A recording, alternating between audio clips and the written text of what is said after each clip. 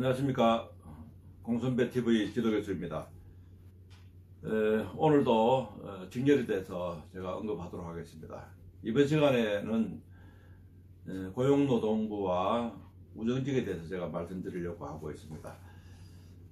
오늘까지 하고 나면 직렬 이야기는 한두 번만 더 하면 제가 끝날 것 같고요.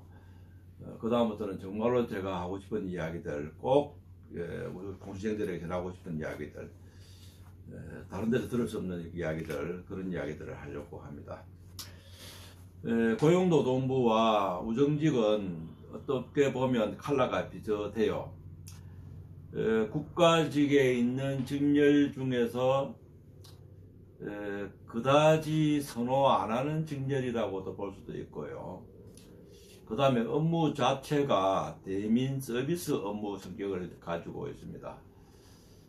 고용노동부는 제가 공무원 처음 시작할 때만 해도 일반 행정직에 그냥 포함되어 있었습니다. 그때는 고용노동부를 안 하고 그냥 노동부를 했죠. 그때는 조금 선호하는 부처였어요. 왜냐하면 업무 자체가 근로감독관 위주로 되어 있었고요. 그리고 뭐 지금처럼 실업수당이든지 이런 대민 서비스 업무는 없고, 약간 일반 회사와 그 다음에 근로자들을 감독하는 뭐 그런 위치에 있었기 때문에 약간 뭐 조금 가부 입장, 뭐 감독하는 입장, 그런 입장에 있었기 때문에 그때는 좀 선호를 했어요. 일례를 들면 일반 행정직에 합격을 제가 했을 때 저랑 같이 합격했던 제 지인 중에 한 명이, 아주 옛날 이야기니까 뭐 탁 터놓고 이야기하죠. 자기 당시에 자기 삼촌이 지금 같으면 인사의 근처에 뭐 과장으로 계신다 하면서 자기는 그 삼촌의 도움을 좀 받을 수 있다 하더라고요. 그래서 제가 저보고 이제 어디로 붙여서 가면 좋겠냐고 하길래 누구 삼촌이 지금 참 좋겠다 하면서, 제가 잘 모르면서 그 당시에도 제가 들은 게 하나 있어서, 야, 노동부 가면 뭐 기업체에서 굉장히 겁내고 뭐 개인 끝발 좋다더라 해서 제가, 야, 노동부 가라 하니까, 아니 그쪽에 진짜 노동부를 배치를 받았어요. 그때는 이제 그 뭐 온라인 이런 게 없을 때니까 엽서로 이렇게 오거든요. 엽서로 그 노동부를 배치를 받았더라고요. 저는 이제 교육부로 배치를 받았고요. 근데 그 친구는 노동부 배치 받았는데 노동부에 자리가 없어가지고 결국 그거 못 갔죠. 못 갔고 결국에는 다른 데로 갔는데, 노동부에 자리가 없다는 것은 그만큼 거기에 있는 사람들이 이직을 안 하니까 자리가 없었겠죠. 그 당시에는 좋았어요. 근데 지금은 대민 서비스 업무가 많다 보니까 아까 쉽게 말하는 그 약간 우월한 입장, 이제 그런 게 좀 적죠. 지금 거의 없는 것 같습니다. 제가 살고 있는 집 앞에도 보면 고용복지센터라고 있습니다. 여러분들 가끔 보이시죠? 그게 많거든요. 고용복지센터에 보면 제가 아침에 학원 출근할 때 8시 40분 이렇게 출근할 때쯤 되면 사타문이 내려져 있는데 벌써 밖에 줄이 쫙 서가 있습니다. 그러면 그 사람들이 이제 9시 사타문만 올라가면 들어가서 뭘 하겠습니까? 이제 실업수당하고 막 이런 거 청구하려고 있는 거죠. 그 공무원들은 이제 거기에 출근하게 되면 이제 그분들이 자기를 민원인이고, 쉽게 말하면 이제 내를 괴롭힐 사람들이 이제 줄 서가 있구나 이렇게 생각하거든요. 그러니까 9시 작하게 문 열어야지, 1분 전에 좀 문 열어야 되겠죠. 조금 늦으면 그분들 난리 안 나겠습니까? 왜 공무원들 문 늦게 열냐고 하기도 하고 그렇겠죠. 그래서 고용노동부는 조금 대민 서비스 업무가 많아서 지방직으로 치면 사회복지직과 조금 비슷한 업무를 본다고 생각하시면 될 것 같습니다. 물론 전부는 아닙니다. 전부는 아니지만 그런 업무를 볼 확률이 좀 높고요. 그 다음에 고용복지센터가 작은 도시에도 다 있어요. 그러면 발령받을 때 되면 작은 도시에도 근무할 수 있다 생각하셔야 되겠죠. 국가직에 제일 싫은 게 전국을 이동하는 게 제일 단점으로 이렇게 많이 학생들이 생각하거든요. 근데 국가직 전국을 이동을 해도 큰 도시에만 가면 괜찮은데, 서울, 대구, 광주, 인천, 뭐 서울 해서 큰 도시만 가면 되는데, 조그마한 소도시도 이제 있거든요. 그러니까 그거 각오하셔야 되죠. 그러니까 인사이동이 조금 불편할 수 있다는 점, 그렇게 각오를 하셔야 되고요. 지방고용노동청이 6개 권역으로 나눠져 있습니다. 그러니까 고용노동부 하나에 지방청이 6개가 있는데 그 6개 산하에서 이제 인사이동이 되거든요. 뭐 서울, 그 다음에 뭐 인천, 부산, 경남, 뭐 이렇게 대구는 계구, 경북과 같이 돼가 있고요. 그 다음에 전라남북도 광주 이렇게 돼가 있고, 대전권도 대전, 충남, 제주도는 이제 광주, 전남, 전북 요청에 있습니다. 그러니까 전라남북도 제주도가 한청에 있으니까 거기 근무하시는 분은 제주도까지도 생각하셔야 되고요. 그 고용노동부를 가시게 되면 이제 그 생각을 하셔야 됩니다. 내가 인사이동하면 어디까지 갈지. 경우에 따라서 제가 알기로는 경기도에 근무하는 사람이 인사이동 멀리 보낼 때는 언제 가냐면 기분 좋을 때 보내거든요. 그러니까 승진했을 때 보내는데 경기지역청에 있다가 전라도까지 간 사례도 제가 직접 들은 적이 있습니다. 그래서 그 집에 깜짝 놀래가지고 승진을 했는데 기분은 좋았지만 너무 의무 없는 곳에 가서 좀 당황스럽다고 하는 이야기도 제가 들었거든요. 그러니까 고용노동부는 물론 자기 성적에 맞춰서 가겠지만 좀 인사이동이 조금 불편할 수도 있다는 거, 그거 염두에 두시고, 그리고 업무 성격이 대민 서비스 업무 성격이 좀 많다. 그렇게 생각하십니다. 직급이 올라가고 하면 근로감독관으로 돼서 가는 것도 있지만, 그것도 근로감독관도 옛날 같이 안 해요. 근로감독관이 거의 이제 근로자 위주로 쓰다 보니까 그게 조금 힘들죠. 근로자들이 뭐 민원 제기 들어오면 근로자 입장에서 이제 기업 사업체를 이렇게 사람들 대신 이제 감독해주고 이런 업무다 보니까 조금 본인이 근무할 때 만족도는 조금 떨어질 수도 있습니다. 제가 영상으로 뭐 너무 구체적인 이야기를 말씀드리기는 좀 그렇지만 근데 현실이거든요.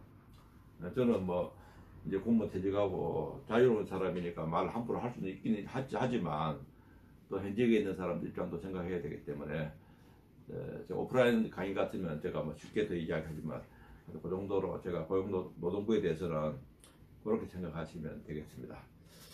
그 다음에 우정직은요. 우정직은 아주 뭐 한 30년 전에도 우정직은 별도로 뽑았습니다. 그때는 일반직에 비해서 좀 점수가 조금 일반 행정직 점수가 좀 낮았어요.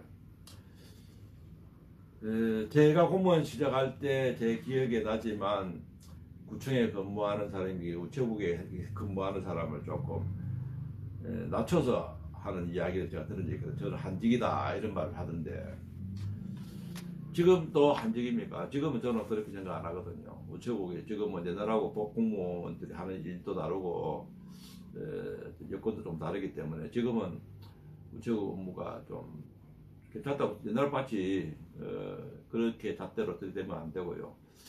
괜찮다고는 생각합니다. 근데 우체국도 대민 서비스 업무잖아요, 그죠? 그러다 보니까 우체국이 작은 도시에도 많이 있거든요. 그러니까 우체국도 이제 상간벽지, 뭐 쉽게 말하는 상간벽지에도 근무할 수가 있다라고 생각할 수도 있죠. 예. 그 누군가는 가야 되거든요. 그러니까 그때도 승진하고 나면 이렇게 가게 됩니다. 우정사업본부 안에 거기는 우체국은 9개 권역이 있어요. 9개 권역 안에서 이동한다 생각하시면 됩니다. 서울 따로 있고 그 다음에 경기도, 인천 따로 있고 부산은 부산, 경남이 같이 되어 있습니다. 그리고 대구, 경북이 또 묶어져 있고요. 그 다음에 충청도 붙어 있고 우정직은 또 전라도는 전라남도와 전라북도가 나눠져 있습니다. 그리고 강원도 따로 있고요. 그런 식으로 제주도 따로 있고 우체국은 또 조금 재분화되어 있어요. 9개 권역으로 나눠져 있기 때문에 그 안에서 인사이동 하시면 된다고 생각하시면 돼요. 그러니까 모집할 때 우체국은 지역 단위를 모집하잖아요. 그 모집하지만 그 안에 지방우정청이 9개 권역 안에서 인사이동 된다고 생각하셔야 됩니다. 국가직 지역 단위 모집하는 거는 5년간만 보장을 해줘요. 5년 지나면 다 흩어집니다. 그 자기가 사는 거주지에 꼭 뽑았는데 거기 가는 거 아닙니다. 예를 들면 부산은 뽑을 때는 부산만 따로 뽑거든요. 부산 따로 뽑고 부산, 울산 따로 뽑죠. 경남 따로 뽑고. 근데 우정청은 부산 하나에 부산, 경남 우정청. 그러니까 결국은 나중에 5년 지나면 경남에도 가서 근무해야 된다는 겁니다. 그러니까 그것도 다 감안하셔야 되고요. 우체국에 가면 어떤 학생들은 우체국 가면 뭐 우표도 팔고 뭐 또 택배도 해야 되고 또 연금보험도 가입해야 되고 뭐 이런 거 이야기도 하시거든요. 근데 실상 그런 일도 그렇게 힘들지는 않아요. 힘들지도 않지만 잘못 알고 있는 게 우체국에 계리직이라고 있습니다. 제가 같이 이야기 드릴게요. 계리직이라는 게 왜 생겼냐 하면요. 제가 제일 처음 이야기할 때 기능직 이야기했거든요. 그 기능직 없어졌잖아요. 물론 지금 살아있습니다.